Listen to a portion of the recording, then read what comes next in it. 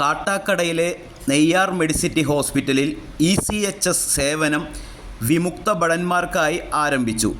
പരിപാടിയുടെ ഉദ്ഘാടനം regional director ECHS colonel AK Sharma നിർവഹിച്ചു. ചടങ്ങിൽ അനന്തപുരി സോൾജേഴ്സിലെ പ്രവർത്തകർ, വിവിധ വിമുക്ത ഭട സന്നദ്ധ സംഘടനകൾ, ആശുപത്രി അധികൃതർ തുടങ്ങിയവർ പങ്കെടുത്തു. കാട്ടാക്കട, നെടുമങ്ങാട്, നെയ്യാറ്റിൻകര മേഖലകളിലെ വിമുക്ത ഭടന്മാർക്കും ആശ്രിതർക്കും അടിയന്തര ചികിത്സ ലഭ്യമാക്കാൻ ഇതിലൂടെ സാധിക്കുമെന്ന് അനന്തപുരി സോൾജേഴ്സ് അഭിപ്രായപ്പെട്ടു. എംപേണലായി വിമുക്ത ഭടന്മാർക്ക് തിരുവനന്തപുരം ജില്ലയിൽ വളരെ കുറച്ച് ആശുപത്രികളെ നിലവിലുണ്ടായിരുന്നുള്ളൂ. അതിനെല്ലാം പരിഹാരമായി തന്നെ ചികിത്സ എല്ലാവർക്കും വിമുക്ത ഭടന്മാർക്ക് ലഭ്യമാവുന്നതിനു വേണ്ടി തന്നെയാണ് ഈ ഒരു പ്രവർത്തനം ഇവിടെ കാട്ടാക്കടയിൽ ആരംഭിച്ചിരിക്കുന്നത്.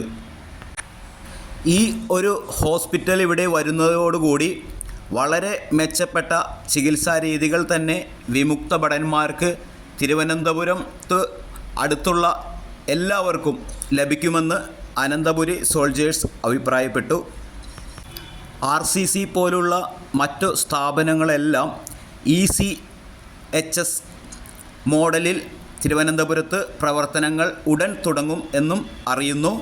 ഇതോടുകൂടി തിരുവനന്തപുരത്തും പരിസരത്തുള്ള ജില്ലകളിലും എല്ലാം വിദഗ്ധ ചികിത്സ എല്ലാ വിമുക്ത ഭടന്മാർക്കും ലഭ്യമാക്കുവാനുള്ള പദ്ധതിയുടെ ഭാഗമായാണ് ഇപ്പോൾ കാട്ടാക്കടയിലെ നെയ്യാർ മെഡിസിറ്റി ഹോസ്പിറ്റലിൽ ECHS സേവനം വിമുക്ത ഭടന്മാർക്കായിട്ട് നടപ്പിലാക്കുന്നത്. വളരെ നാളത്തെ ആവശ്യത്തിന് ഫലമായിട്ടാണ് ഇത് ലഭിച്ചിരിക്കുന്നത് എന്നാണ് വിമുക്ത ഭടന്മാരുടെ സംഘടനകൾ അറിയിച്ചിരിക്കുന്നത്. ഇത് പല രീതിയിലുള്ള, അതായത് വിമുക്ത ഭടന്മാരോടുള്ള ഒരു ആദരവായി തന്നെ വേണം ഇതിനെ കാണാൻ. അതുകൊണ്ടാണ് കേണൽ തന്നെ നേരിട്ട് വന്ന് ഇതിൻ്റെ ഉദ്ഘാടനം നിർവഹിച്ചിരിക്കുന്നത്. അതുകൂടാതെ അനന്തപുരി സോൾജേഴ്സിലെ പ്രവർത്തകർ തന്നെ മുന്നിട്ടിറങ്ങുകയും എല്ലാവിധ സജ്ജീകരണങ്ങൾ ഇവിടെ നടത്തുകയും ചെയ്തു. വളരെ വർണ്ണാഭമായി തന്നെ ഇതിൻ്റെ ഉദ്ഘാടന ചടങ്ങുകൾ നിർവഹിക്കുകയും ഉണ്ടായി. ഇനിയും ഇതേമാതിരിയുള്ള സംരംഭങ്ങൾ വിമുക്ത ഭടന്മാർക്ക് വേണ്ടി അവതരിപ്പിക്കണമെന്നും ഇത് വിമുക്ത ഭടന്മാരുടെ അവകാശമാണ് എന്നും ആണ് അനന്തപുരി സോൾജേഴ്സ് ഇതിനോട് പ്രതികരിച്ചത്.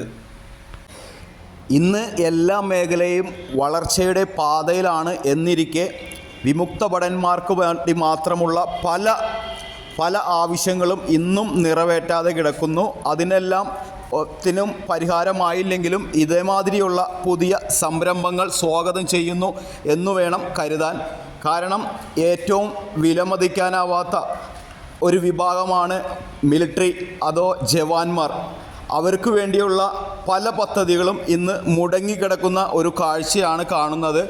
അതിന് ഒരു പരിഹാരം ആയില്ല എങ്കിലും ചെറിയൊരു പരിഹാരം എന്ന രീതിയിൽ ചികിത്സാരംഗത്തുള്ള ഈ മുന്നേറ്റം ഇനിയും തുടരണം എന്നുമാണ് വിമുക്ത ഭടന്മാരുടെ ആവശ്യം.